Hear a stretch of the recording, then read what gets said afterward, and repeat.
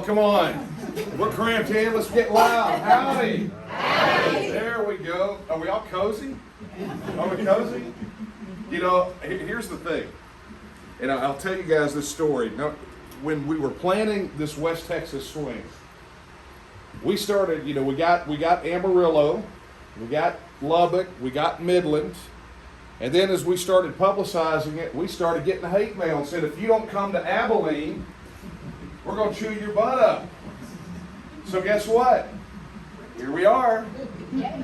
So I am so glad that we could do this. It has been many years since I have been here in an official capacity, and I'm just proud to be here to talk TEXIT with you guys tonight. So before we get started, I'm going to ask you the question that I have asked. Come right on down here to the amen row, brother. It feels backsliders back row first. You understand, right?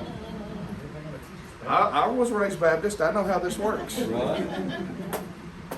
So I'm going to ask you the question that we've gone all over Texas to ask.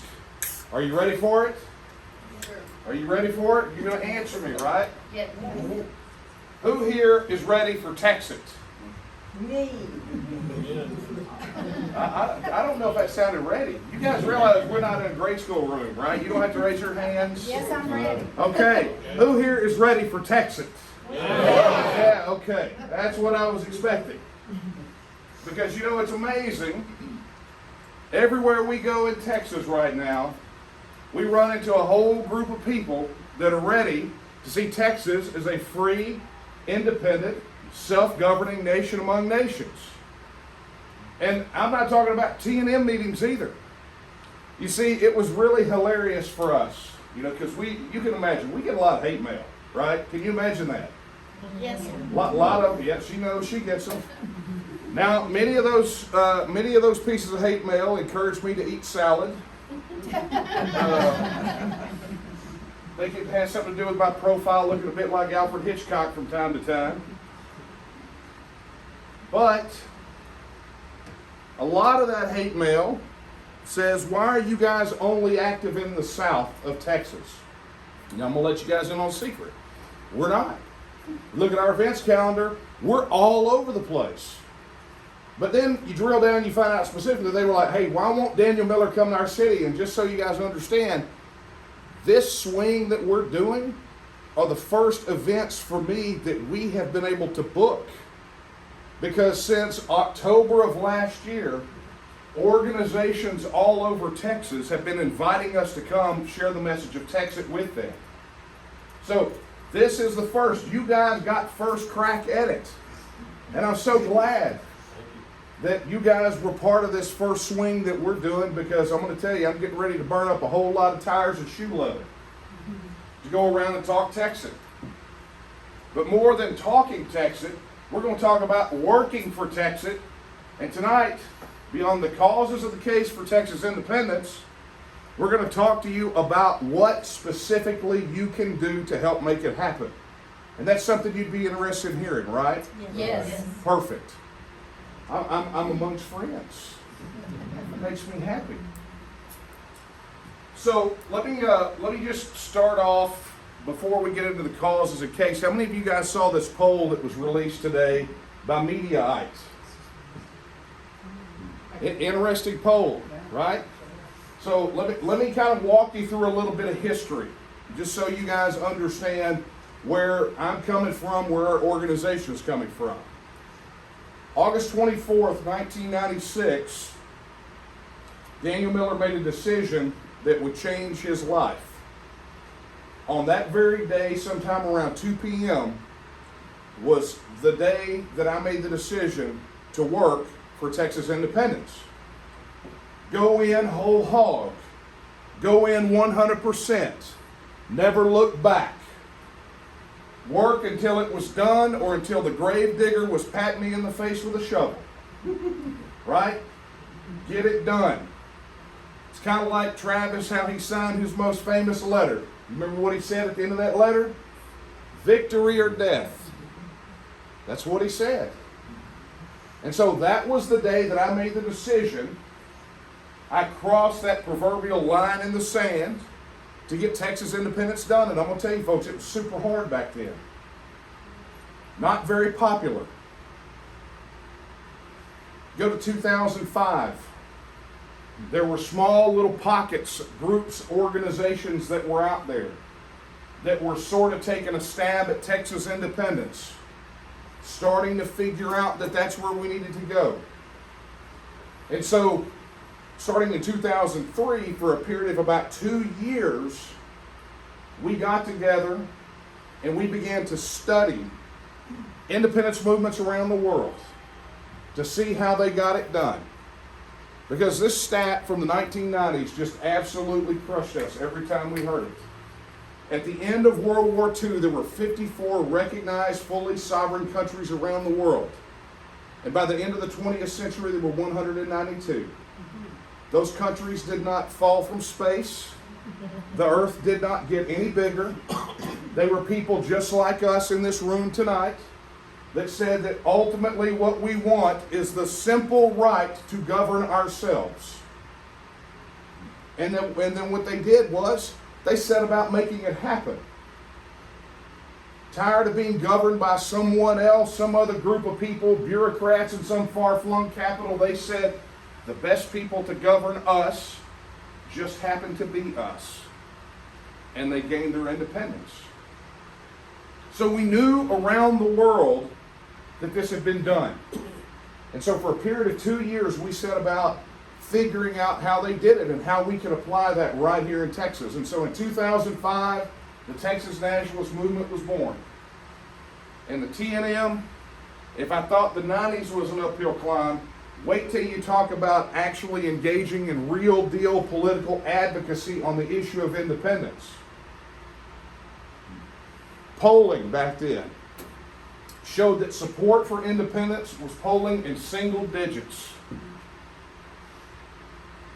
Now, the upside of that is, even when independence was polling in single digits, we always polled higher than the approval rating of the United States Congress. Now,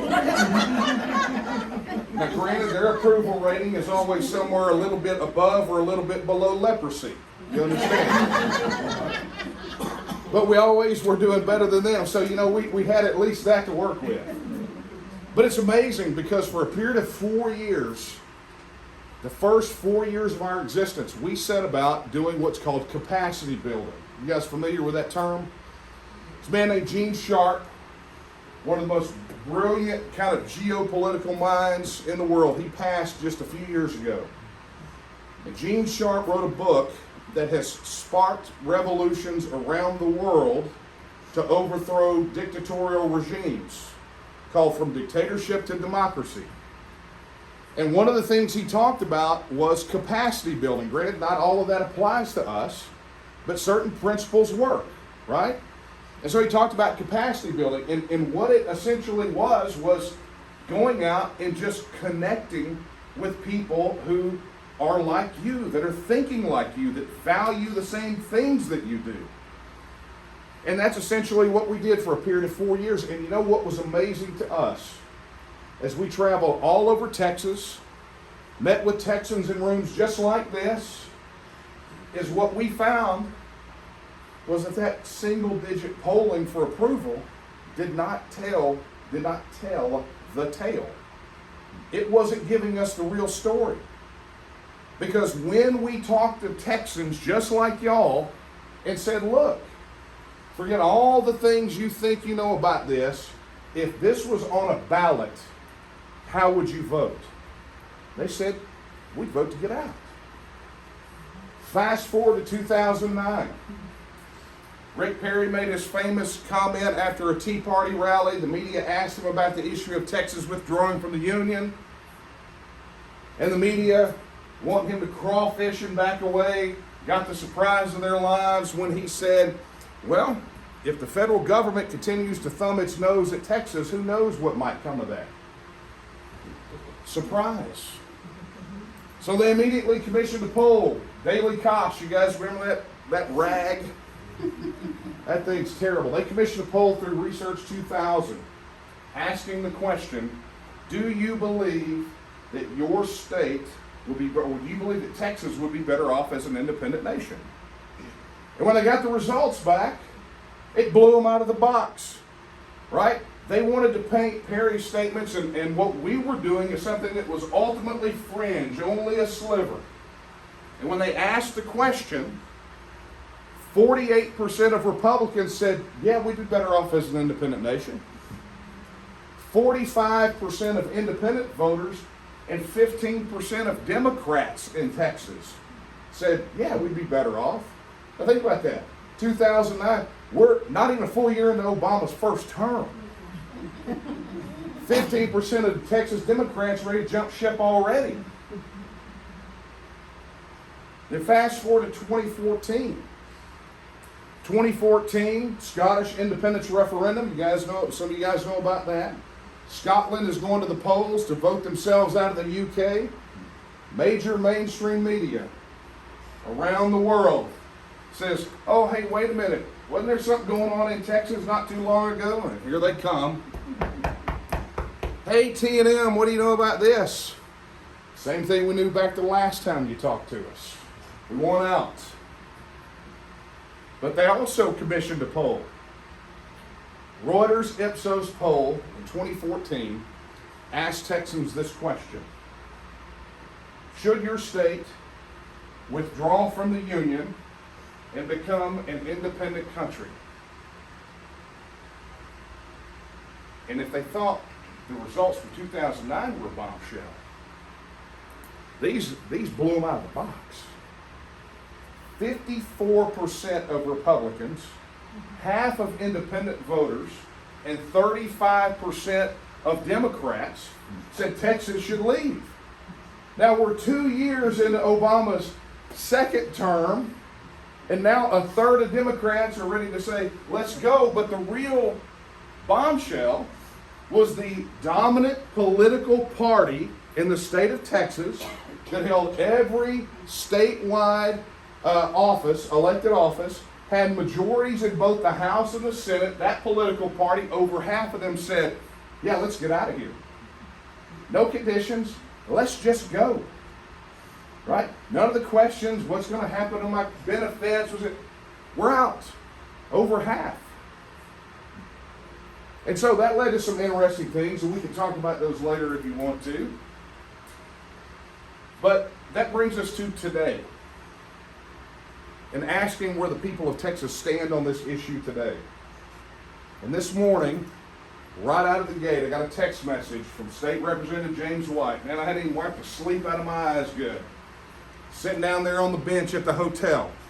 And here's this text message like, oh man, what does James want now? This link to an article in Mediaite, who commissioned a poll through YouGov. And they asked not just Texans, but people in all the different states if they were ready for their state to withdraw from the Union. An amazing thing happened. In the southern states, 66% of Republicans said, yep, let's bounce. 66% said, let's go. Now, because they clustered the data, we're still trying to get the crosstabs so we can break it down and get the Texas-only numbers. But I'm going to tell you, I think we probably skewed that poll a bit, right? Some of the states they included in there probably took it down a little bit lower. But I'm going to tell you, I think we blew it out of the box. And you know what's wonderful about this is when you look at the support from independent voters and even amongst Texas Democrats, what those numbers mean is what we've been saying for years. If you put TEXIT on the ballot, we win. We don't lose this. This is not a razor-thin margin. This is not Brexit. We're going to squeak by the skin of our teeth. This is, we put TEXIT on a ballot, and we ask the people of Texas the magic question: should the state of Texas reassert its status as an independent nation? The people of Texas are going to say what? Yes. Yes. We're out. No conditions, no worries about the future. We're ready to go. And so, folks, I'm going to tell you, it makes today doubly important for me that I get to be with y'all when, yet again, we've been proven right. That Texans are ready to reassert our status as an independent nation, that we are ready to reclaim our right of self-government, and we are ready to go ahead and forge our path and write our own ticket and create our own destiny. So that brings us a bit to, I think, where we are and what we're going to have to do moving forward. And the mindset that we have got to adopt to get us to that point. You know, I talked before this swing, I don't know, some of you guys that have been following this, I actually didn't start out at home on this swing. I actually started out in Dallas. Last week, I guess was it a week ago, right? Thursday. My daughter was in Dallas at the hospital for brain surgery.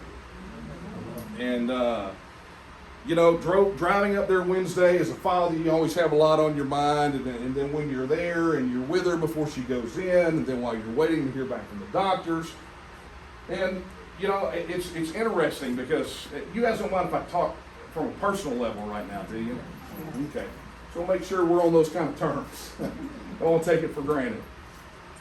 But as a father, you know, I told you, I've been doing this since 1996, before my kids were ever born, before we ever thought we were going to have kids. And I can, you know, on Thursday, as I was there staying with her before she went in, and then while I was waiting for her to come out, you know, it causes you to sort of rethink maybe some of your life decisions, right? You start looking at and thinking about, you know, what's important. And I thought about all those times that I was gone, out here stumping for independence, trying to make this thing happen, trying to get people to understand. And, you know, she never complained about it one time. You know, either she's just that understanding or I'm just that terrible to be around. You know, one of those two. Well, we'll go with the first one because that's the more optimistic of the two, right? But, you know, I realized in that moment is that she never complained. None of the kids ever complained. Matter of fact, they often went with me to events like this, and it made me reflect. It's not that I had forgotten it, but it really clarified and brought to the surface something that I really hadn't thought about in a while. You know, we're getting kind of caught up in the political aspects of what we're doing, and it really helped refocus me. And I wanted to carry that message to all of this, you know, all of these different cities that we're going to on this swing, because for me, I think it really tells us the mindset that we've got to have. You know, some of you out there are like me, probably a little closer to your last sandwich than your first. That's a very diplomatic way to put it, I understand. But the fact of the matter is, it won't be us that enjoys the full fruits of independence. We'll get our taste because we're going to win, right? But it's going to be those like my sons and my daughter. They're going to be the ones that are going to get to experience probably the fullness of this. And so what we are doing, we all have our individual motivations for doing this. But I would challenge you tonight as we talk about this issue to think not just about the individual personal grievances that we have against the federal government, or not necessarily the personal individual wishes, wants, and vision that we have, but think about the thing that we are getting ready to do. I firmly believe that right now we are writing the next 100 years of Texas history. We are creating an opportunity for future generations to punch their own ticket, to create their own destiny. And so when we think in those big picture terms like that, it makes the opposition slings and arrows seem a lot less. Would you agree? Because we already know that they believe that they are writing the future for our children and our grandchildren and their children. And I'm going to tell you something. It's not a future that any of us want them to have, is it? No. So this is for all the marbles, folks. It's not just about us. It's about them. because I forgot to tell Amarillo and I got in trouble for this. My daughter came out of her surgery just fine. She is now home resting. So, they were like, you can't leave us hanging like that. We were so concerned. Okay, my bad. But where we go from here, once we understand the stakes, once we understand what is on the other side if we do nothing, we should all feel properly motivated to do the things necessary to get independence done. But I want to do this first, before we get into the nitty-gritty. I want to help you conceptualize why I think we're going to win. You know, I rattled off a lot of poll numbers, and those are great. Political people live and die by poll numbers. I do not. I live and die by personal relationships, you know, with people. But here's what's interesting, and I think you all need to understand. I do not base our premature claim to victory on poll numbers. Sure, they're great for us. We're going to win. But here's how I know we're going to win. Right here. Not here, but right here. I know we're going to win because the opposition has no argument against us. You see, several years ago, I got a little bit sick and tired of having to answer every TEXIT question under the sun. Man, the opposition, you're not going to convince them. Right? So they feel perfectly justified drilling you, making you justify every little thing about it. They want you to predict the future down to the second of how things are going to go. It's a trap. But we oblige, or we tell them to pound sand, you know, depending on our mood that day. But a few years ago, I got sick and tired of it. And said, you know what, I'm tired of answering y'all's questions. Maybe you need to answer a question for me. And so I'm going to ask you to participate in a little thought experiment with me tonight. Are you willing to do that, folks? Okay. Let's all go back to when we all had like real deal imaginations. Okay? This is what I want you to picture. Imagine that right now, in Abilene, this very moment, that Texas is a free, independent, self-governing nation among nations. There is one flag that flies over our capital. We have full control over our immigration and border policy. We have our own military. We have our own currency. We have our own passports and embassies overseas. Our own foreign policy, our own monetary policy. We even have our own dadgum Olympic team. Which we know we're going to win all those medals, right? I mean, it's like we're already counting those things, right? You know,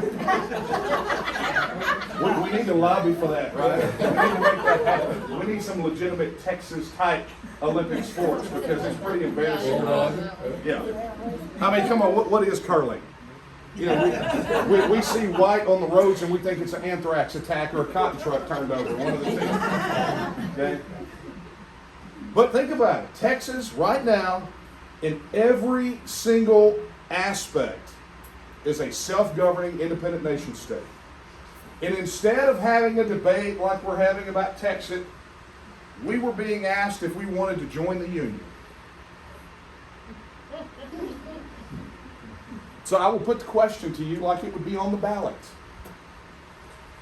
Should the independent Republic of Texas relinquish its sovereignty and join the United States? No. Don't get ahead. Spoiler alert. How'd you just come with that no? Oh, I know. Trust me, I've heard of them. You say that, Dan, and I can think back to when Houston was having a conversation with Andrew Jackson.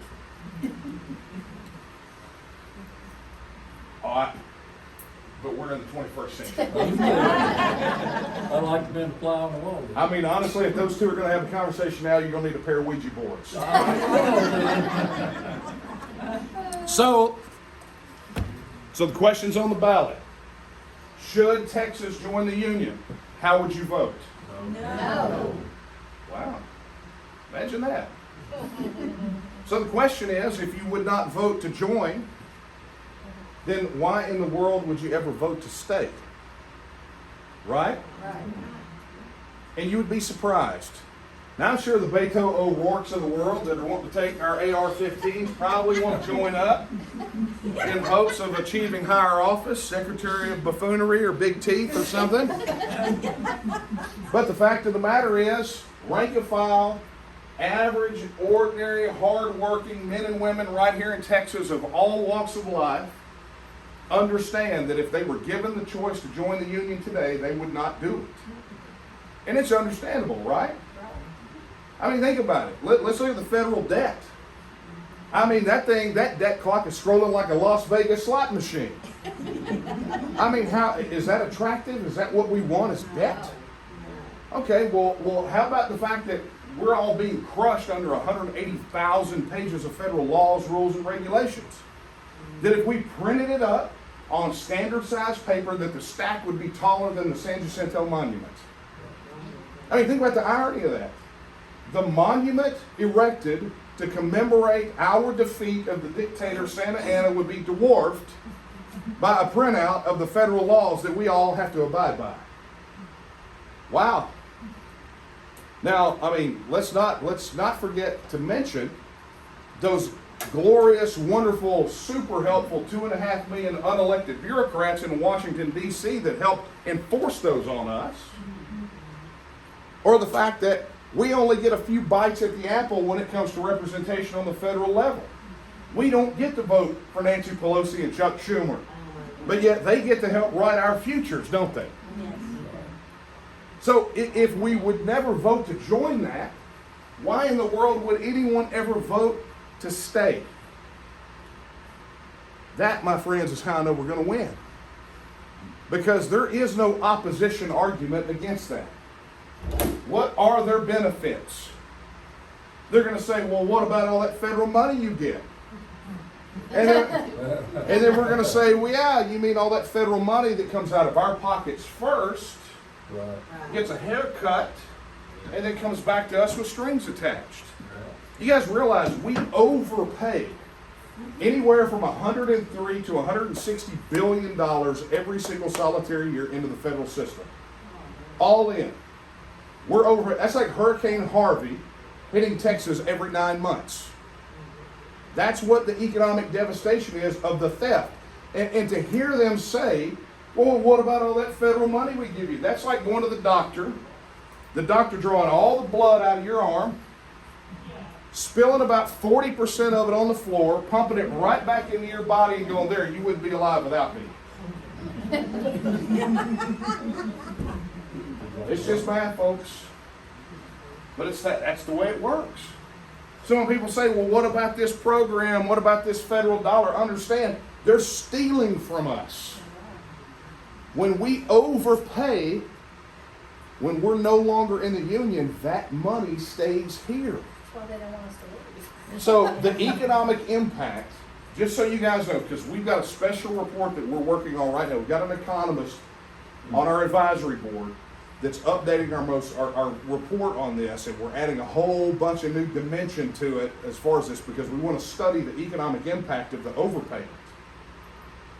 The economic impact of the overpayment, without adding any new taxes, without increasing the sales tax, the economic impact of having that $103 to $160 billion back in your pocket means that we can fund every single solitary thing, plus reduce the tax burden by eliminating the property tax, and still be ahead. Let me tell you something, if leaving the federal government, if the only benefit we get out of it is the elimination of the property tax, sign me up. I'm there. Because everyone's sick and tired of renting their land from the government, right? And people say, well, you know, what about our state government? I mean, they're not much better, right? I hear that a lot. And on some level, I don't disagree. I mean, we literally just had not quite half of the Texas House of Representatives hop on the Pelosi air with their case of Miller Lite Could have been Shiner, but no. Couldn't even pick a Texas beer. What does that tell you? Right? They fly into Washington, D.C. on Pelosi Air, and then they go make the circuit on the media, go bow and scrape in front of President Potato Head and Kamala Harris. Please come take over our elections. Our state is so terrible. I mean, if that is not the definition of treason, I don't know what is. Look, I've been called a traitor a lot of times in my life. I've never done anything like that. But they literally went and begged for the federal government to take over our elections. No. And if you saw the plans on the federal side for what they want to do on the elections, I mean, banana republic. All I'm going to say. We'll be voting long after we're gone. Oh, that's true. We will be voting long after we're gone. Yeah. Under the Democrats' new election plan. Perpetual care, perpetual voting. Side note, I didn't intend to talk about that, but we have someone who is in the organization who has been previously part of the Texas government. They did an investigation on the voter rolls in San Antonio and found it was like 24 voter registrations that were literally registered at a cemetery address. Wow. I mean, you got to be craftier than that, right? Unbelievable. Had to turn that one into the Attorney General's office. Did he do anything with it? That's a great question. That's a topic for maybe the Q&A, because I could get in the weeds on that question. But I say all that to say that, we do have some legitimate concerns here, right? But, TEXIT helps us defeat what I like to call electile dysfunction.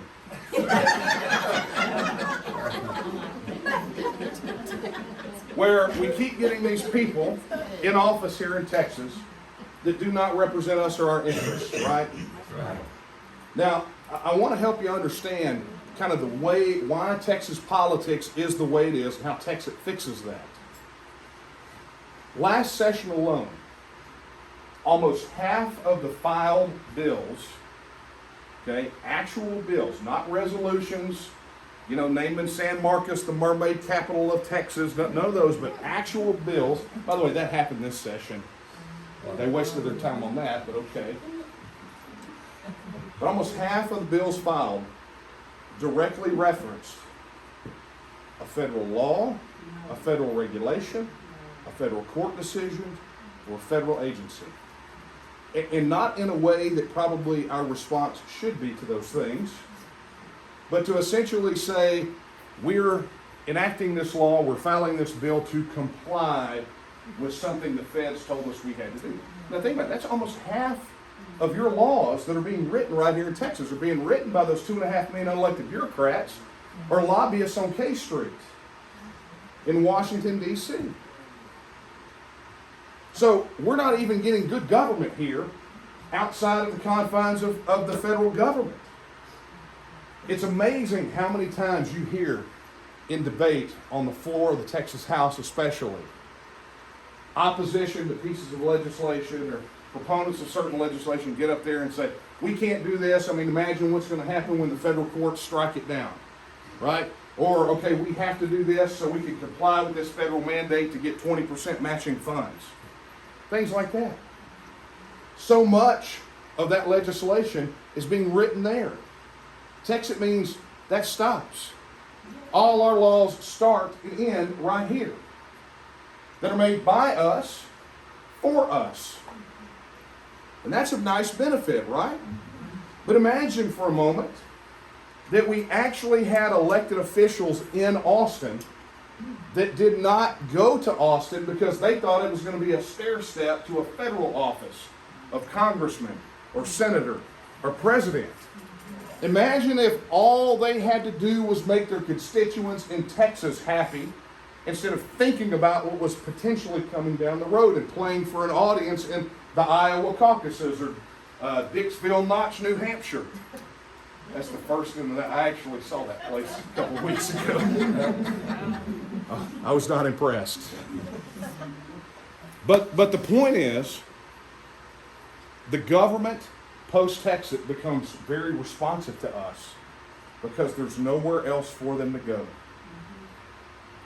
And more than that, if we were to walk down the street today and find 100 of your fellow citizens here in Abilene and we asked them one simple question, who is the Speaker of the House?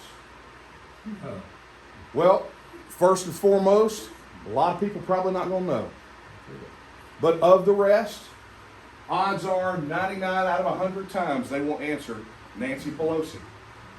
And odds are none of them will say Dave Phelan, who is the Texas Speaker of the House.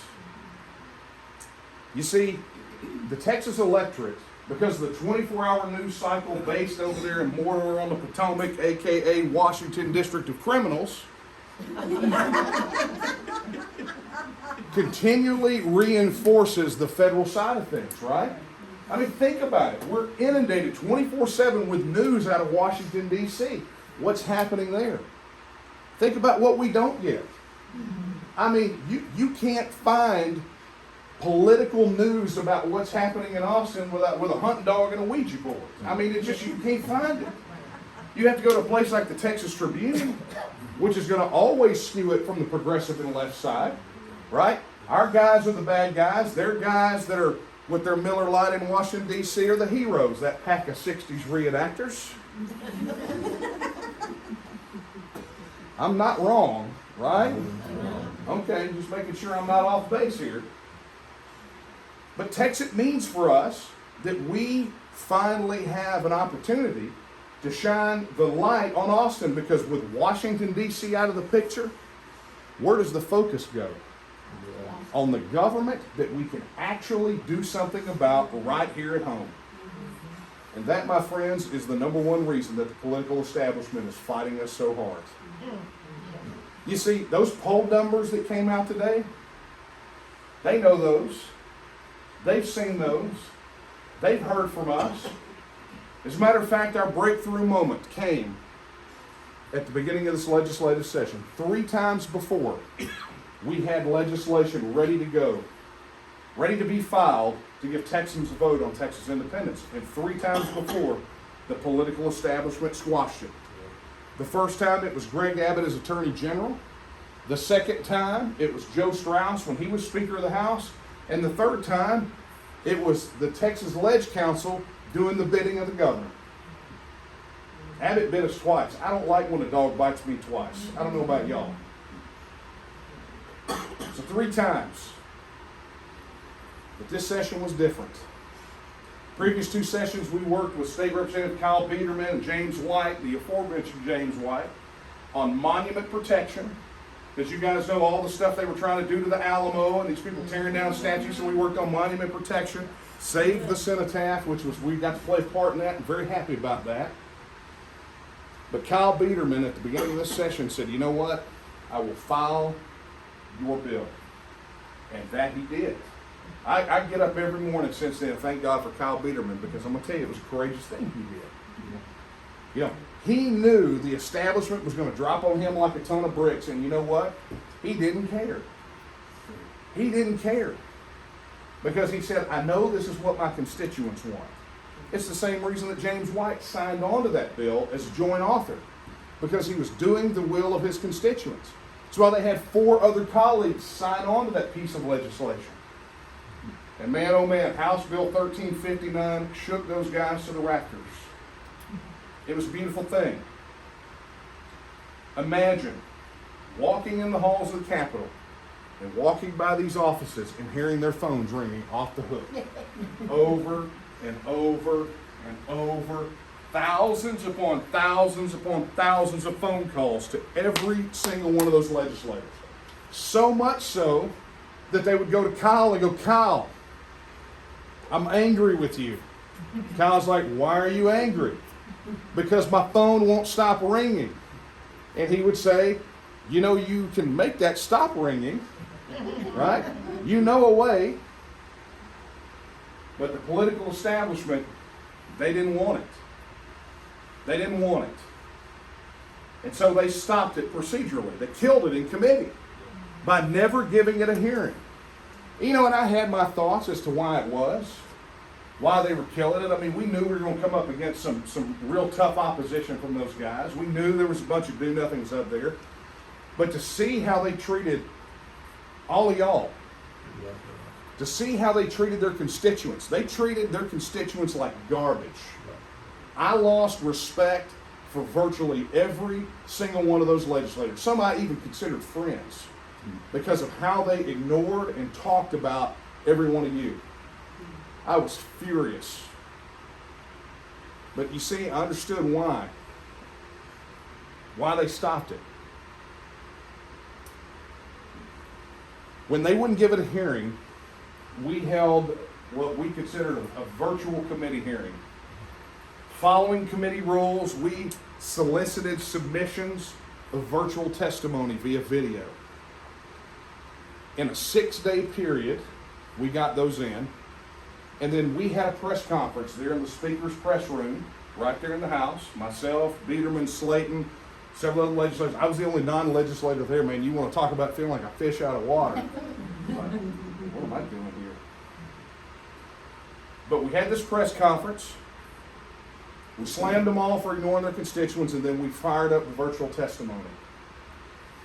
Interesting thing about it, had that been an actual hearing on 1359, it would have been the most testified bill in Texas legislature history.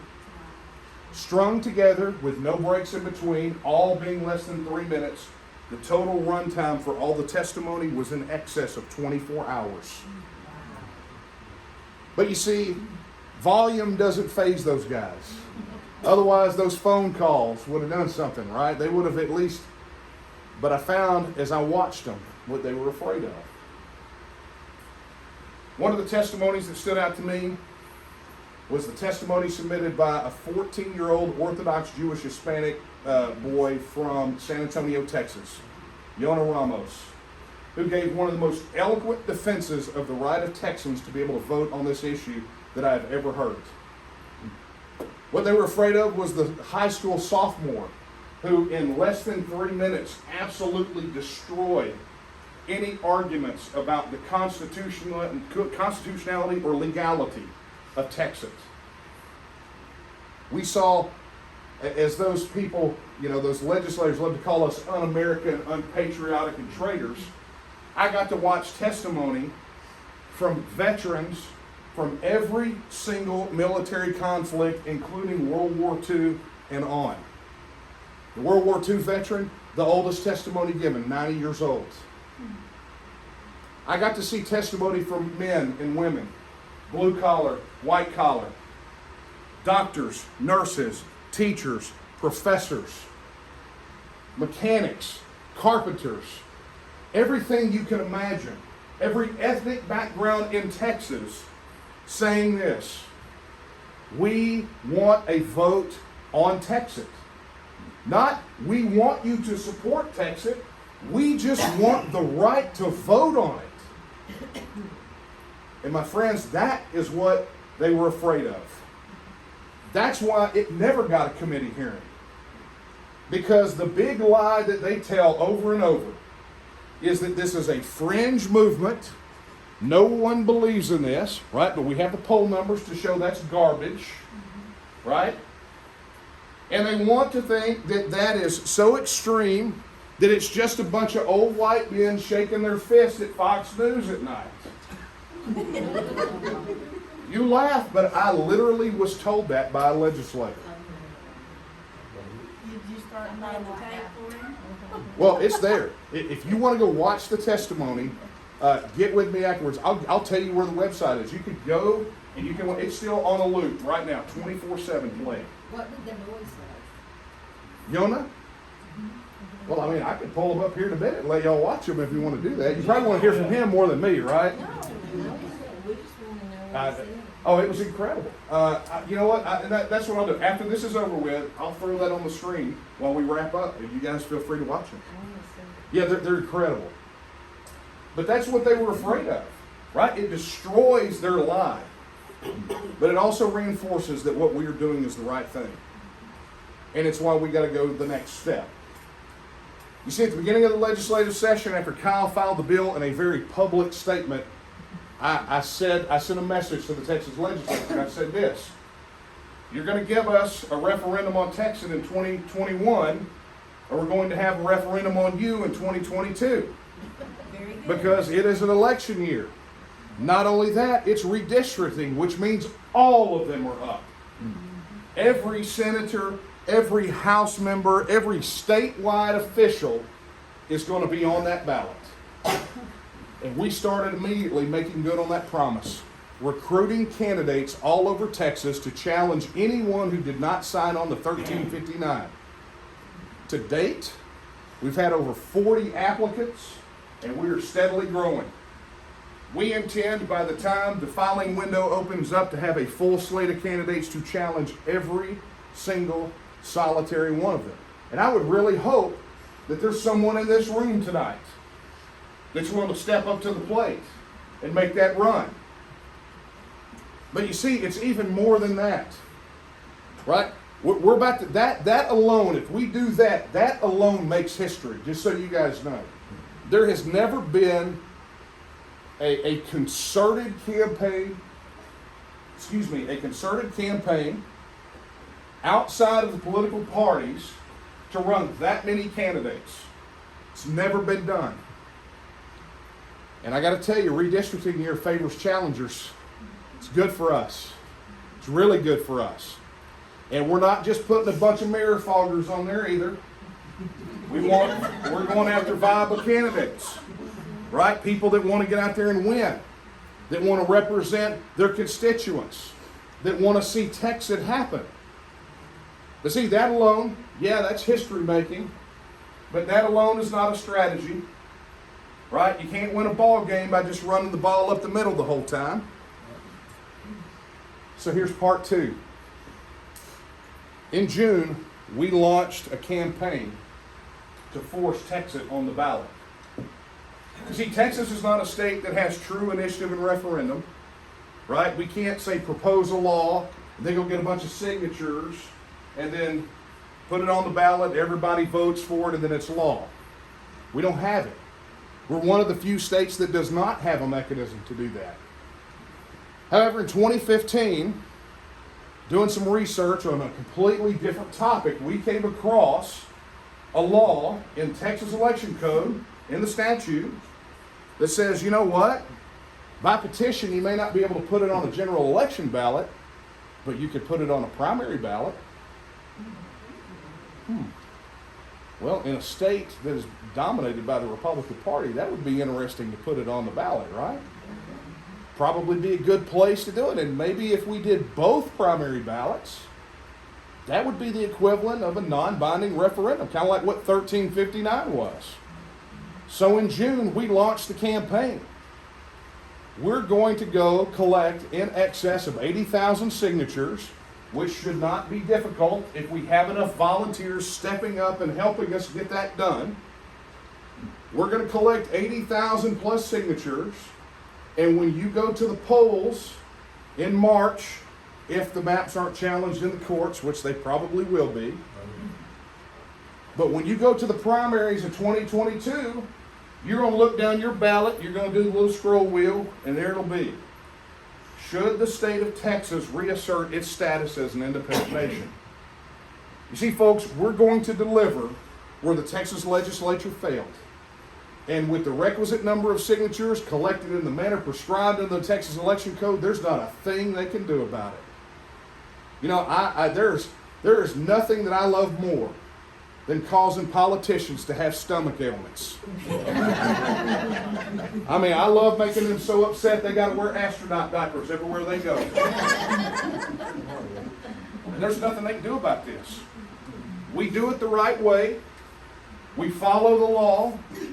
We get the signatures in the manner prescribed.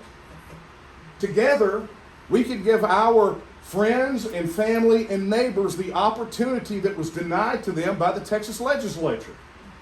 I mean, who's ready to do that? I mean, this is great. But imagine now, the first part of what I said about those candidates. We know with the TEXIT issue on the ballot that it will increase primary turnout either by 1.5 to 2.5 times. just by having the TEXIT question on the ballot. Now remember, the opposition's not going to turn out because they're going to downplay it like they do everything else, and the establishment won't campaign against it because they dare not speak its name for fear of increasing our side's turnout. Right? So we know we're about to flood the primaries with millions of TEXIT supporters. Primary turnout last cycle was 2.2 million on the Republican side. So think about what 1.5 to 2.5 times looks like. And think about all of those is probably the vast majority is pro-TEXIT voters. And now back to what I said before. Imagine being able to cast your vote for TEXIT and then cast a vote for a state representative and a state senator that will absolutely pledge to make it happen once you vote for it. Not the Brexit situation where the people go and they vote for it and all these politicians are up there digging their heels in, but our intention is to give the people of Texas not just the vote, but the people that will deliver on the results of the vote. That's where we're at, folks. That's what we're doing right now. We're recruiting candidates, we're recruiting volunteers, we're recruiting petition circulators, and I'm going to tell you, we're in Abilene tonight to plant the T&M's flag. We are here tonight to establish a presence because beyond all of those things, I know in this crowd tonight is someone who will step up and say, I will be a leader here. I will help set up meetups. I will help go out and do activism. I know there is someone here that is willing to step up and say, I will take the reins of this and I will help organize my fellow Texans to help win Texas. And I imagine we'll connect with you guys tonight. Maybe you'll go home and think about it and hit us up. But I imagine you're in this room right now. And there may be more than one of you. That's good. Teamwork makes the dream work, right? I literally did not get that out of a fortune cookie. I don't know where that came from. But here's what I want to leave you with. I'm going to bring Daphne up here in a minute so I can go take a break and get some water before we do Q&A. But this is what I want to leave you with. Article 1, Section 2 of the Texas Constitution. It says this: all political power is inherent in the people, and all free governments are founded on their authority and instituted for their benefit. And it goes on to say that the people have, at all times, the inalienable right to alter, reform, or abolish their form of government in such manner as they may think expedient. You see, I take this back around to the story about my daughter and the responsibility that we have. But it's more than, it's tough if you've got responsibility and no power. But Article 1, Section 2 gives us all the power that we need. Because it says all political power is inherent in who? Oh, folks, come on. That didn't sound very powerful. We're going to wind this up. Come on. All political power is inherent in who? The people. And who are we? The people. Notice it didn't say political power is inherent in the politicians and the pollsters and the pundits. It said it's inherent in us. And so, yes, it is our responsibility to get this done, but folks, we got the power. We can make Texas happen. And I think back to what Sam Houston said after Texas joined the Union, when his fellow countrymen who wanted Texas to remain independent were feeling a little bit downtrodden and dejected. He said this to encourage them. He said, Texas will again lift its head and stand among the nations. My friends, I believe that time is now, and the question is, will you stand with her? Thank you very much. I'm going to turn you back over to Daphne. I appreciate your indulgence. This is where I do the Q&A. I will tell you, my Q&A policy is pretty straightforward. No question is off limits. And the more belligerent you get, the more belligerent I get, just so we're square. All right, so who's up? Well, that was fast. Well, I keep hearing from a lot of people, the federal government is not going to let you do this. They will bring military, whatever they need to do, and they'll say we'll have a civil war once more. Okay, that's interesting. So I hear that one, and it's one of the ones that I love to destroy. Not as much as I love to destroy Texas versus white. Huh? Well, I was just gonna record this. Okay. I'll be sure and smile. Look, here's the bottom line. When people talk about that, first off, let's take it, because there's literally two questions here that you're asking, or the two objections. The first one is, the federal government won't let us. The second is, they'll bring military. Okay, so let's take those separately. Let's take the first one. The federal government won't let us. What are they going to do? What does that mean, they won't let us? So think about this from a process standpoint, okay? What are we doing here? We're putting a vote legally on a ballot for the people of Texas. The people of Texas, in accordance with not just Article 1, Section 2 of our Constitution, but pretty much all the principles of a free government, are going to the polls in free, full, fair elections and expressing their political will. So what is it they're not going to let us do? Is it what comes after that? Because if that's the case, let's not forget that for the last 75 years, the federal government has sent our grandfathers and our fathers and some of us and our sons and daughters to fight, shed blood, and potentially die for other people to have that right to vote and express their political will. Okay? So let's just say that, okay, well, they have a problem with it. So what is their next step? Well, the next step that people say, and they love to go to, is this whole idea, well, they're going to send in the military. Well, let me tell you, I'm fond of polls, if you couldn't tell. Zogby, the polling firm Zogby, actually polled this issue with active duty military. Found that nearly half of active duty military supported a state's right to withdraw from the Union. Okay, so you've got about half of the military right now that would probably disobey an order to bomb Texas simply because we voted wrong. Because think about that. If they're going to initiate military force, against what? We're not cooking nukes, right? We're not making weapons of mass destruction. We simply voted, and we had our political will made known to the world. So are they going to get support from the military? Probably not to the level that they need to prosecute a war. I mean, think about it. You had a vocal 20 to 30% of the population that opposed the Vietnam War, that forced the U.S. to pull out. What's going to happen when half of your military won't participate? And what about people in those other states? If the United States federal government decided to attack Texas and call up the force of arms for the military simply because we exercised our right to vote, Texas would be the first state out the door, but we certainly wouldn't be the last. And I will tell you, other states that are friendly toward Texas would not wait for a referendum on it. They would just bounce. Declaration of Independence, they're out of here. So, all of those scenarios play out, all these calamities. Well, what about economic sanctions? Well, economic sanctions on Texas hurt the United States more than they hurt us. I mean, remember, we're overpaying. So there's that whole aspect of it. And look, there's a lot more detail into this as well that I could go into, but I think we get the point. There are three opportunities for the federal government to really kind of dig in their heels. Number one is to put political pressure in Texas to prevent us from even having the vote.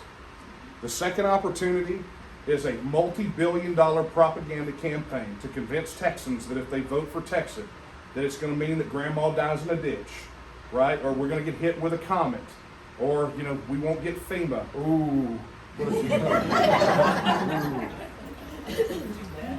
But when their multi-billion-dollar propaganda campaign fails, the only recourse left to them, from a pragmatic standpoint, is to dig in their heels on the negotiated issues post-Texit, like federal debt, division of some of the military assets. There's some negotiated issues where they could be complete jerks, which they probably will. But at the end of the day, it's really going to be sort of like a divorce, right? In a divorce, what are the only things you got to deal with? It's money, it's property, and it's the kids, right? And that's what it'll boil down to, and we've already seen that. So that's where they can go. or else risk losing everything they got, because it will cause the complete downfall of the United States if they were to invoke military action against us. Yes, ma'am. Okay, kind of on the heels of hers, I'm a veteran, and I get a disability check. Yes, ma'am. So, and I know that other people would be concerned about the same thing, plus I know a lot of people on Social Security. So Right. how would that come into play? Okay. Where'd my guys go? We went 3 full nights without getting the Social Security question, and we were so excited. We're like, okay, finally. Look, it's a good question, and it just happens to be the most asked question that we have gotten since day one. Here's what you got to understand about federal pension benefits, both Social Security benefits and the veterans benefits.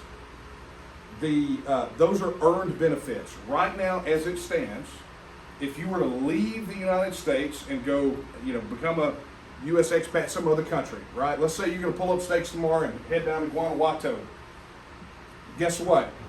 If you're receiving your Social Security benefits, boom, you still get them. Veterans benefits, same thing. There's only certain exceptions where you don't get those. And it's like, don't move to North Korea, don't move to Cuba, Syria, or Belarus, and you're going to be all right. Right? So those current federal policy is extremely instructive in those areas. So for questions like that, where you want a lot of detail, we have those completely spelled out on the website. The website Daphne gave earlier, if you just want to go straight to the TEXIT section, go to texitnow.org, and we have like the 100 most asked questions in excruciating detail about that. But I know people who would be interested, but those are questions they want answered first. That sounds like a video I need to put on. That sounds like the next video I need to put on. Yes, sir. Will the VA hospitals and clinics remain where they are? That's going to be a good question. VA hospitals and clinics are currently run by the federal government, so that's going to be part of one of the negotiated issues. Funding for Texas to run those is not in question, right? We would have all those funds to run them, plus some.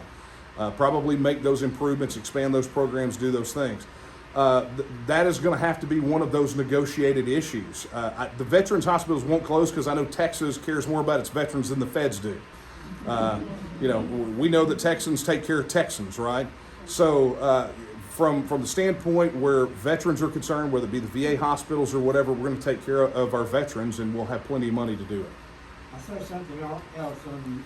Oh, I'm sorry, sir. Limit 1 per customer. Different subject. Okay. Sort of. About Social Security. Okay. When you told us about people over in other countries receiving their Social Security, what I'm concerned about is, what about Texas forming some sort of Social Security program? Mm-hmm. And I found that online today on the website. It's 3 counties, Matagorda, Galveston, I forget one more, Montgomery. Fort Bend. Oh, okay. Have their own form of Social Security, and they are way in the green. Our website's awesome.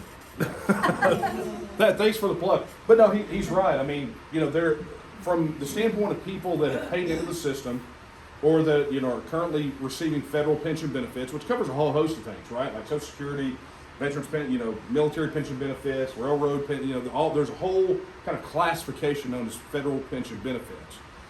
Those federal pension benefits are earned benefits, right? You paid into them, you get money out of them, and that's how they're structured.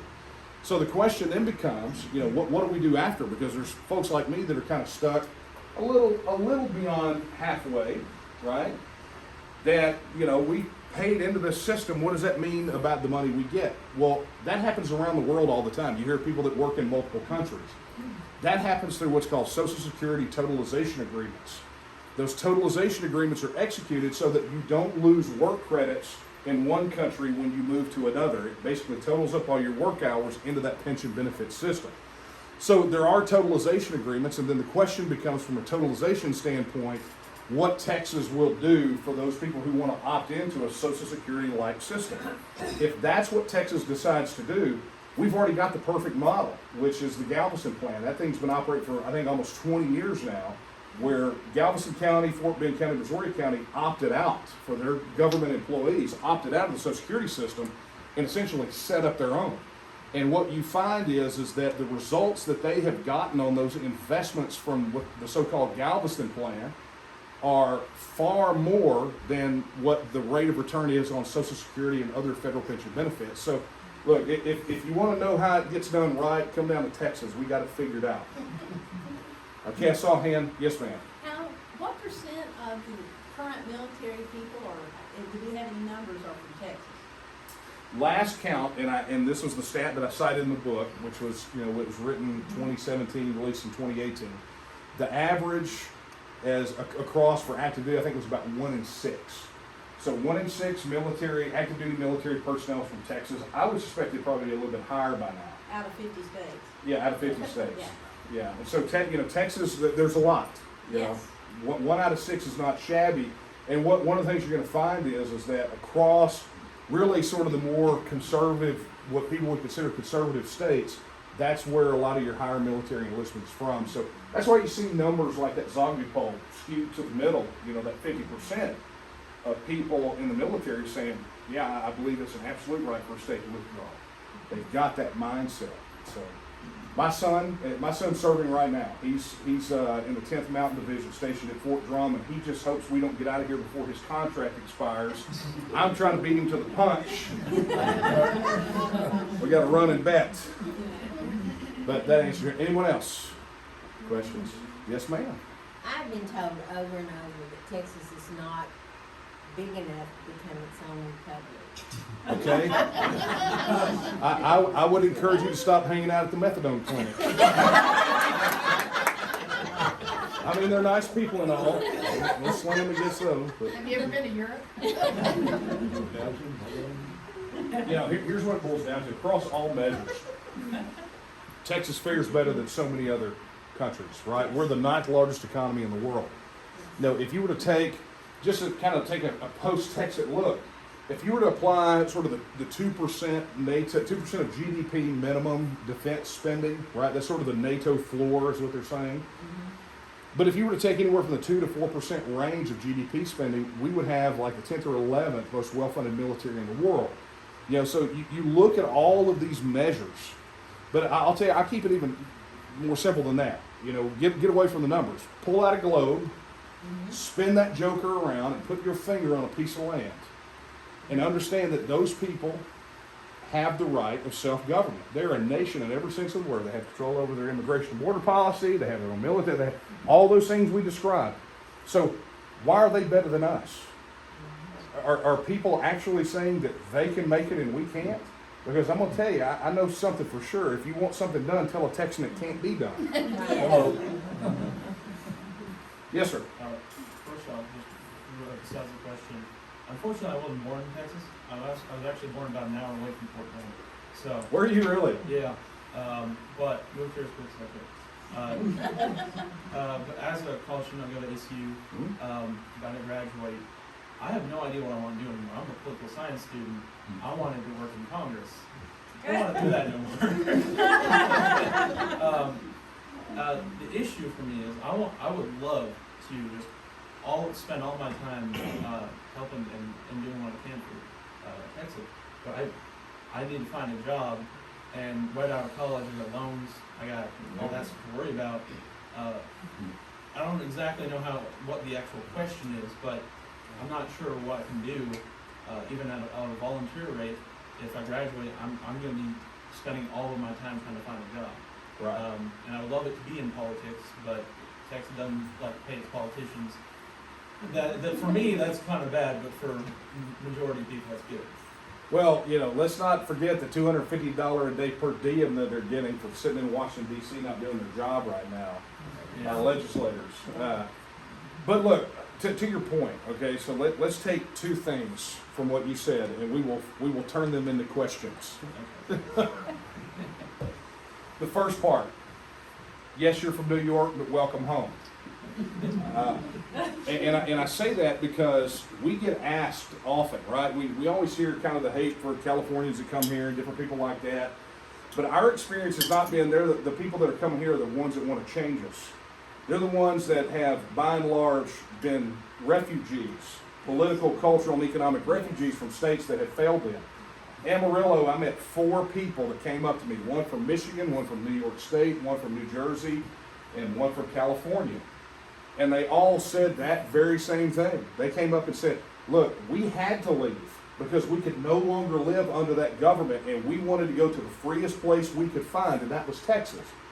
And even more importantly, they came here because they're expecting Texas to leave the Union and become a self-governing independent nation, right?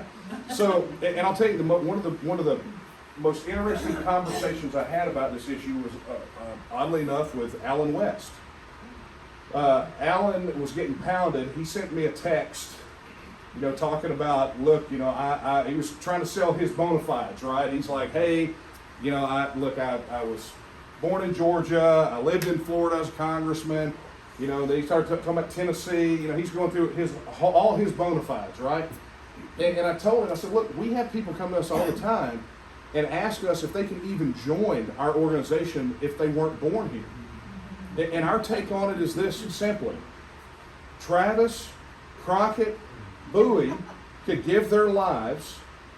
They literally died for the cause of Texas independence.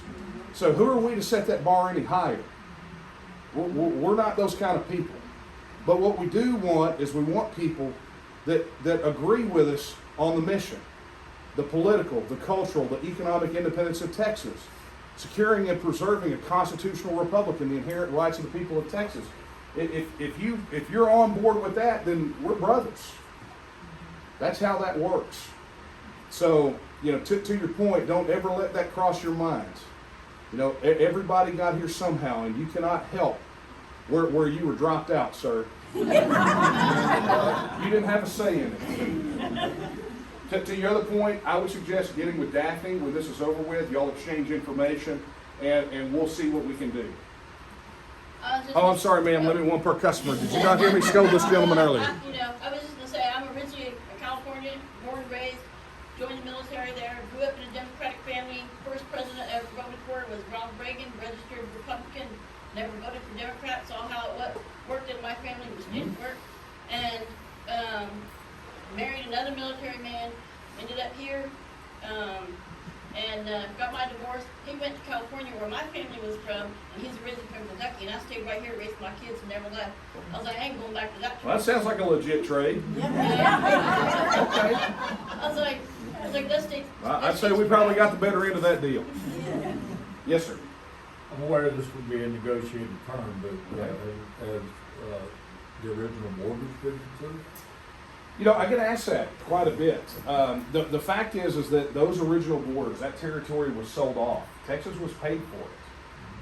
And the fact that we were paid for it means we don't have any claim to it. So while I would love to have ski resorts in Texas, unfortunately, those jokers in Colorado got them now. So I was looking more at New Mexico and the Permian Basin. Yeah, I mean, again, that was all sold off. I mean, we sold it, we got the money. I mean, it would be kind of, yeah. So, okay. Oh, yes, ma'am. We're actually, she's from, or lives near Eastland, and I live near Cisco, so we're over from Eastland County, we're not in Abilene. But, the Wilkes family over there had, Charlie Kirk come speak, which was, that guy's amazing. He's, I don't know if you've ever heard him speak, but anyway, this was before the election, and someone said, what if Trump's not reelected? Pass him out. And he was like, we don't want to think about that. But he said that he saw the country going into a national divorce. In other words, there's many states talking about and I was just curious, I mean, do you hear much from other movements like that? You remember the statement, the funny statement I made about Dixville Notch in New Hampshire earlier? Over there. The reason I was in New Hampshire was I was speaking on a panel with other independence organizations in the United I'm States. from California. I was on the panel with They can have Marcus Ruiz Evans from TEXIT, and the New Hampshire Exit folks. I was super New good. Hampshire? New Hampshire, sure enough. That's why they hosted it there.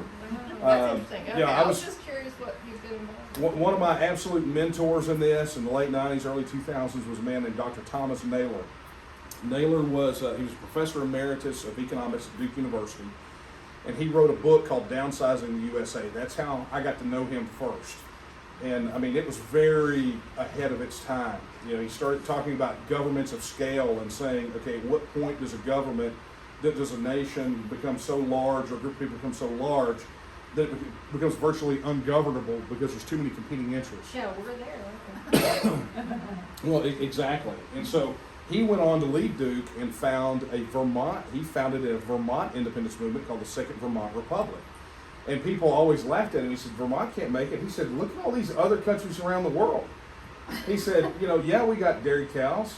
Okay, so what? We can trade for everything else we need. You know, he would postulate things like, you could take the New England states and combine them with the Canadian Maritimes, and you would have an economy roughly the size of Denmark, which is not shabby, right? So, you know, he was always thinking in those terms, but that's just to say that the breadth of support that you find for states that really want to govern themselves is a lot more than the media gives it credit for.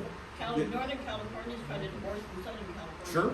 And, you know, there is the prevalence of the 51st state movement, you know, where a lot of these states are wanting to separate, or counties are wanting to leave their states, or perhaps join other states. There's a lot of that. But ultimately, that doesn't necessarily solve the problem within the context of the Union.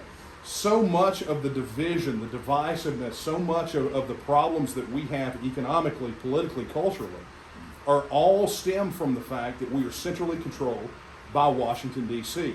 When you eliminate them from the equation, and you have 50 independent, say, sovereign, separate states, they can cluster up however they want to. You know, nation states do business with one another all the time across a whole bevy of issues that are located in the U.S. Constitution without being ruled by a central authority. You know, we're out of here. We can have a free trade agreement with other states. We can have a free travel. We can do all the things that other nations do all the time, except bow our knee to 2.5 million unelected bureaucrats who want to socially engineer us and strip our freedoms away. Yes, sir. Just a comment, and you kind of touched on it. We're from Colorado, and we live here now. But Can we have our ski resorts back? you can have all of the excuses. Okay, thank you. That's fine. But just to let you know, Weld County is fairly big in northeastern Colorado geographically, and I think the biggest oil producer in the state. And the governor of Wyoming said anytime you get tired of the politics, you're more than I bet. We would love to have you over to our house. Yes, ma'am, go right ahead. I have two for you. The Okay. first one is. You obviously didn't hear me scold the other two. That's all right, I'm gonna ask them one right. Just do them as a run-on sentence, I'll never know the difference. What happened with the cemetery addresses? Oh, that's a good one. As far as I know, that was turned over to the Attorney General. That was not a project that we ran. This particular member of the organization, his passion is voter integrity. So when he did the digging, he found it out, he turned it over to the AG, and from that point, we've heard nothing. So I don't know if there's an investigation happening, but I have some decidedly strong opinions about our current elected officials, but I don't know if we want to dive too deep into that. We're in polite company, you see. That's part of question number 2. Oh, it should have done a run-on sentence, ma'am, I'm sorry. What will keep Austin from becoming another Washington, D.C. with all of the lobbyists and the multiple millions of other people that will be running our lives just like Washington does? Well, if we have TEA me, is one example that I would love to see go away. well, the good news is that I actually talked about this earlier, and I apologize for probably not being as clear about it as I should have been. But here's what it boils down to, okay? What prevents our government from being bad here in Texas? Because remember, it's the government we can change. The vast majority, the big size of the federal government, we can't do anything about that. We don't even have a bite at the apple. But right here, we can do a lot about it, right? So it's that way Do you remember when I talked about erectile dysfunction? Yes. Okay, that's literally what I'm talking about, is your question. That was the answer to your question. But how do we, as a group of people, or even teachers, Yeah. get TEA out of the classroom, get retired teachers to have a little more money given to them, since we haven't had a raise since 2007, because our lovely legislature says, oh, it'll cost so much money. Right. They should have opted the teacher retirement system into the Galveston plan. I think it They probably should would have have, they outpaced. tried at one point Yeah. in time when I was still teaching, they tried that. Look, one thing that happens in this process, and it's, you know, you remember at the beginning when I talked about we did the big 2-year-long study of other independence movements. One of the things that we found was a pretty common theme is when these independence movements happen and they led to independence, the debate, right, there's always this period between sort of where they are and becoming independent. There's this period there. For us, it would be the lead up to the actual TEXIT vote. One of the things that happens, and it was almost 100% of those cases where they had the referendum, you saw a very serious inward look at how government was working locally, right, within that entity that was wanting to withdraw or leave. So what happened was to say, okay, look, we're gonna debate on Texas withdrawing from the Union. Then everybody is gonna start asking that question. They're gonna start looking at how we are governed here. And it's gonna force to the surface a lot of very uncomfortable truths about our government at home. Now, the beautiful part about it is that the lead up into that referendum, when you have a binding referendum on the ballot, the average voter turnout is about 85% around the world for those referenda.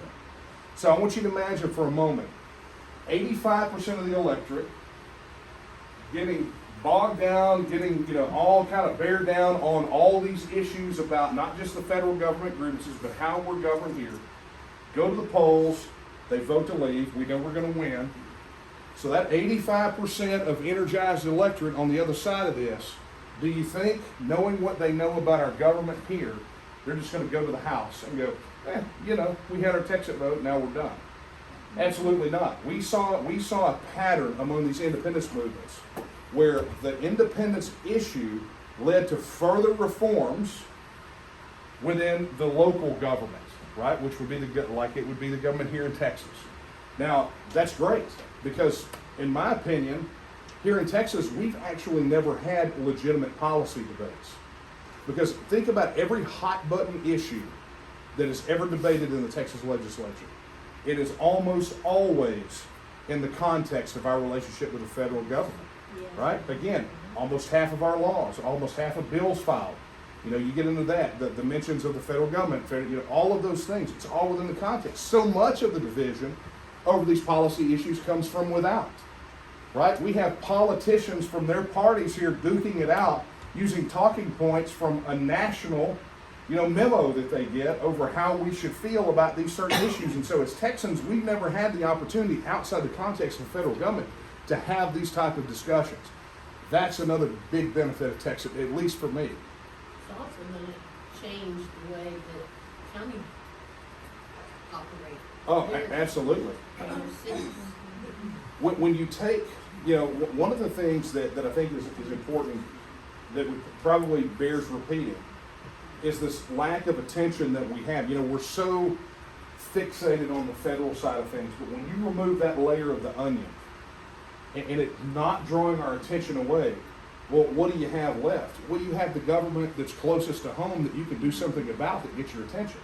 You know, why is it federal elections have such a high voter turnout, but, you know, you've got municipal elections and you can't hardly collect. I mean, if you looked at how many people actually vote for, say, like the state reps or state senators, I mean, it's embarrassing. Judges are smaller.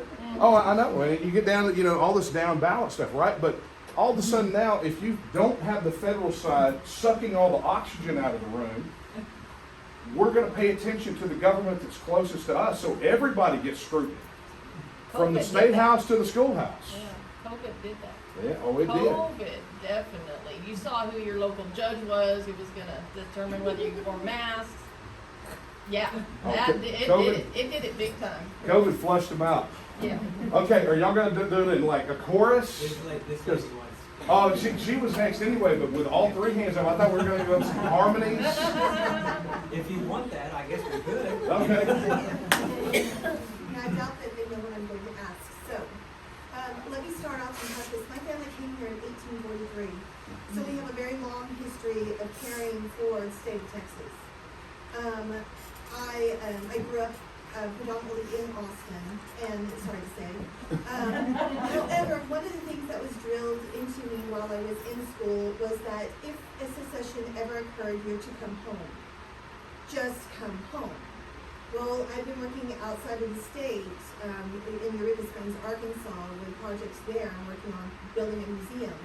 And when this started and we became aware of this, we dropped everything and here we are. So we've been here for several months now. Welcome trying to build home. a life.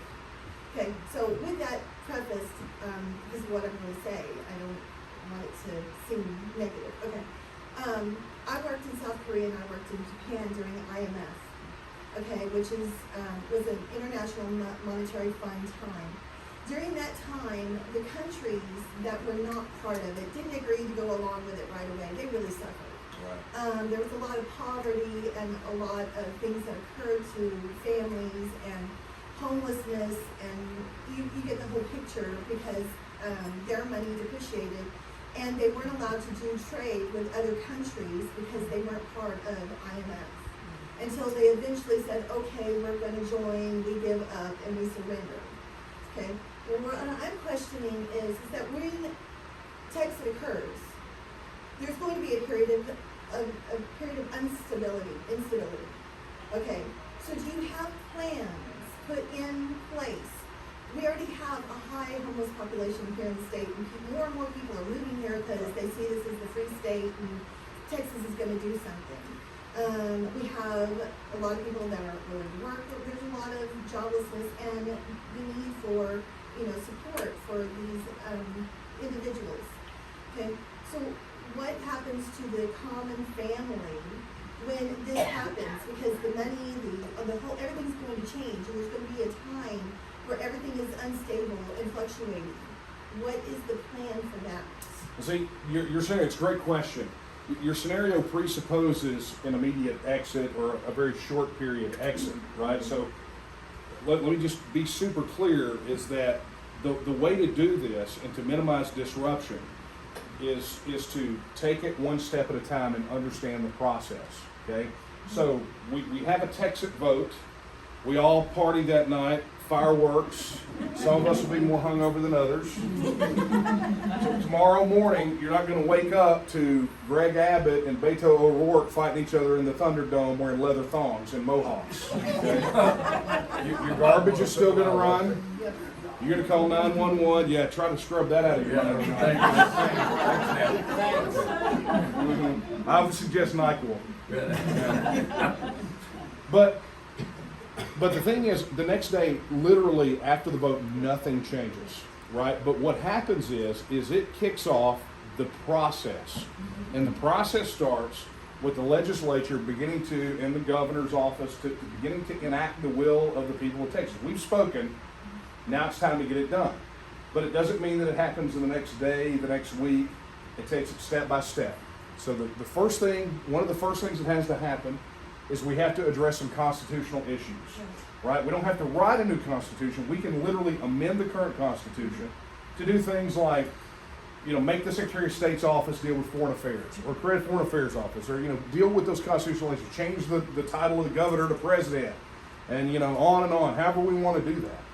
And there's precedent for that. In the 1960s, there was the Deadwood Amendment, which did a bunch of wholesale constitutional changes with one vote of the people, okay? So that's one aspect of it. The other aspect is statutory. And in those statutory issues, we've got agencies that are going to have to be, they're going to have to wind down. We're going to have agencies that are going to have to spin up and grow. They're going to have to prepare to take over certain functions that the federal government no longer will. And that's all sort of statutory. That can be done by the legislature. It doesn't need constitutional amendment. So then you move into the negotiated issues. Now, in those negotiated issues, it's really kind of a small basket of issues. Right, we've got the issue of the military bases on Texas soil. which that can all be addressed by a mutual defense agreement with the United States, right? We've got the federal debt, which again is a negotiated issue and probably will be the most protracted issue, and if we want to talk about that, we can. But the other part of this is we are not required to do anything different with our monetary system until we have a point in place, right? We're ultimately, I think, down the road going to want our own currency. And I think because we've all lost confidence in the monetary policy of the federal government that keeps the printing presses running 24/7. So we're going to want that, but that doesn't mean that immediately it's all over with. And frankly, we don't want it to be, because it creates a whole bunch of disruption. And the last thing we want to do is have this go and become completely disruptive to people's lives, people's businesses, things of that nature. So we can, in a sense, on the way out the door, continue to utilize the currency of the United States in an informal currency union, if necessary, while we're working on the implementation of our own currency.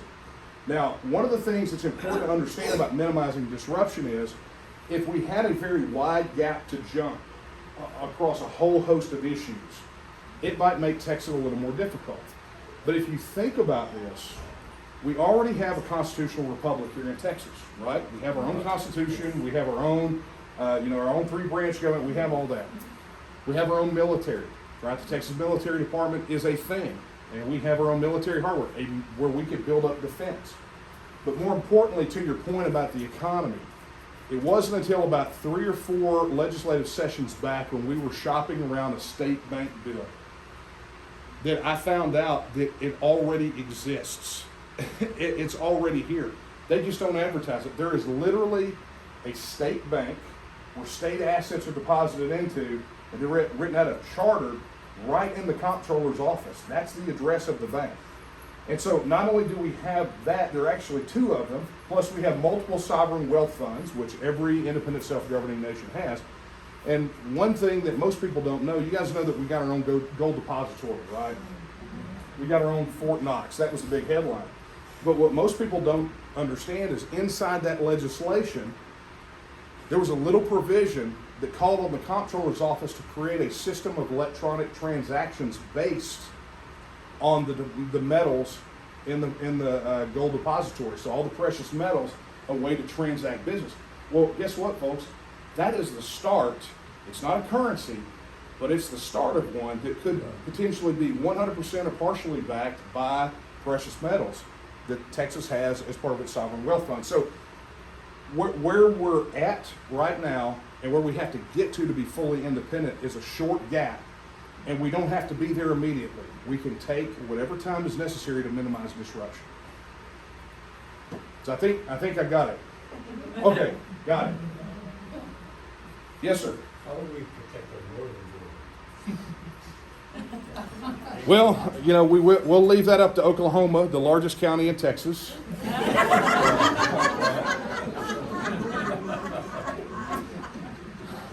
They hate it when I say that. That's why I say it a lot. Here's the thing. If we're talking about, protect. Okay, I'm gonna tell. Before I even say it, I'm gonna tell you a story. Can I tell you a story? Yeah. Is that all right? Sure. So I went to Houston many, many years ago. It was the first time that the Texas government was talking about putting troops down on the Rio Grande. And so I got an interview with a New York Times reporter who wanted our take on it, which I thought was unusual. And so I'm sitting there at a coffee shop in Houston talking to this New York Times reporter, and he's like, okay, so, tell me, what do you think about, the discussion about putting troops on the border? I said, the border? He goes, yeah, the river. What do you think about them putting troops down on the river? And I said, yeah. I said, I think we need to keep them all up and down the Red River so we can keep those snowbirds out. He dropped his pen. It was done. But no, if you're a snowbird, I love you, and you're how you stimulate our economy. Just get here and stay here before you need a visa to come back. Here's what the most likely scenario is, right? If you look at what our relationship sort of post-TEXIT, right? Let's just say the United States stays together, that we are able to part on amicable terms. I mean, we don't even have to be, we can sneer at each other through the fence, right? But, but we part on amicable terms. The most likely thing that will happen, probably because of pressure from their end, will be for us to establish a free travel agreement with them. Most people don't understand. There's like every month there's like 1 million plus legal border crossings between the United States and Mexico with just a border transit card, right? Yes. No passports and all that kind of stuff. So there is in all likelihood, the relationship between Texas and the United States, or even those states on the border, will be affected by some sort of travel agreement based on our ability to secure transit across the Mexico-Texas border, to make sure that we're not just passing people through and they just get through. So there will very likely, that's going to be the highest probable scenario. Beyond that, wall? No, it's not, but that's going to be the most likely scenario. It's how it plays out. Okay, anyone? I'm gonna ask a real dumb question. Well, I mean, look, you're already over your limit. So go I for am a it. blonde, okay? Me too. Your scalp's pretty blonde. Anyway. It's very clear. What about a visa situation? Would we have to have visas to go to other states? Well, that's what we were just talking about. If we established a travel agreement, it could almost be like the Schengen zone in the European Union, where you could have transit, or could be the relationship like the United States currently has with Canada or with Mexico with a border transit card, simply that, or nothing at all. Basically predicated on our ability to secure international transit across our border. That would probably be the most likely scenario. Well, my son travels all the time, and this year alone, he's been in every state except Hawaii and Alaska. Right? So, in his home is one places. Yeah, again, I mean, that's pretty much what I was saying. I mean, I think the pressure for that sort of thing is going to come from their end. That'll probably come from people in the United States putting pressure on the U.S. government to execute travel agreements with Texas. And look, that's not saying that other states don't leave after we do. The states around us, I mean, that scenario is pretty doggone likely too. When I say this, it's not exaggeration or hyperbole. Other states in the United States, places like the northern states of Mexico, provinces in Canada, countries around the world, all eyes are on us. They're watching to see how we respond to where the federal government's going. And they want us to make a stand for independence. We hear it every day from people. There are a lot of folks that move here, right? They move here because they want to be here, but there are folks that they don't want to leave their homes. What they want is they want to see Texas lead the way, set the example, and maybe light a fire in their state. Because they don't want to leave their home. They were born there, maybe multiple generations there. And I would never ask them to give up their home like anyone would. I wouldn't tolerate anyone asking me to give up mine. So, but all eyes are on us. I mean, we are, for all intents and purposes right now, we are the focus for people that are craving freedom and liberty and are concerned about how they're being governed. They are watching us. And folks, I intend to give them one heck of a show. Okay, one more. Yes, sir. How do you feel about the Texas state militia? You talking about the state guard? No, Texas state militia. I'm unfamiliar. Because that was a shorty, I'll take one more. So, But limit one per customer. yeah. Personally, I'm a political science student who does nothing but read politics and whatnot. I don't want to offend anyone, but I do actually find the Texas state constitution to be a little muddled sometimes. You don't say. So personally, I think it would actually be a good idea to, at least if we do succeed in Texas, eventually phase in a new one. What would you think about that, and how would you change? Look, I look back to what they did with the Deadwood Amendment, and I think it was a good thing, right? Because there was a lot of anachronistic language in the Texas Constitution, and frankly, it's gotten a bit unwieldy. You know, the U.S. Constitution, it's always funny because you can carry it around in your pocket. And the publisher of my book said, you know, I said, man, well, you could never do that with the Texas, because he's wanting to publish them, right? He's wanting to do so you can never do that with the Texas Constitution. He goes, well, why not? I said, well, how big is your pocket? I mean, you know, That's how big it is. yeah, there you go. Again, sir, you must have a large pocket. No. But it's big, you know, and of course, every November after a legislative session, we're all marching down to the polls to have to vote on another constitutional amendment. So I'm not, you know, obviously at the point where we have to deal with the constitutional issues related to TEXIT, a lot of that is likely to kind of come out because some of it, again, was written around our relationship with the federal government. So it'd be a good opportunity to take a look at that without having a full-blown constitutional convention. Okay, that's it, folks. Can I ask one more? There's always somebody. There's always one in every crowd, y'all. What is Is the this turn- about Social Security? Because if so, I'm just walking out, No. because I already answered that. What is the turnaround time? I mean, from the time it's voted in to when it actually happens? Yeah, I mean, it's a great question, and it kind of piggybacks on what we were talking about back here. You know, we want to make sure that we go at a pace that minimizes disruption, right? We don't want to disrupt people's lives and livelihoods. And when you have an extraction like this, especially along the lines of money and banking and things of that nature, you know, you have to be extra careful. But I'll tell you, from the standpoint of the constitutional issues, those can be addressed literally in probably 30 to 60 days afterwards, right? With the amendment put to the voters of Texas, which would be in a sort of a general election situation, kind of like our constitutional amendments are now. The statutory issues could probably be dealt with over a 6-month period through special sessions. So, you know, you can have those almost immediately, but they'll have to be studied, they'll have to get some things done. Then the negotiated issues are going to be quite interesting. You know, those may be protracted. We may not get resolution on those for 2 years. But the fact of the matter is that does not prevent us from becoming and acting and working like a self-governing independent nation, seeking out trade agreements with other countries, you know, establishing embassies and sending ambassadors. We can begin that process at the moment we have constitutional and legislative or, you know, statutory authority to do so inside of Texas. Okay, thank you everyone. Appreciate y'all. Here's Daphne one more time.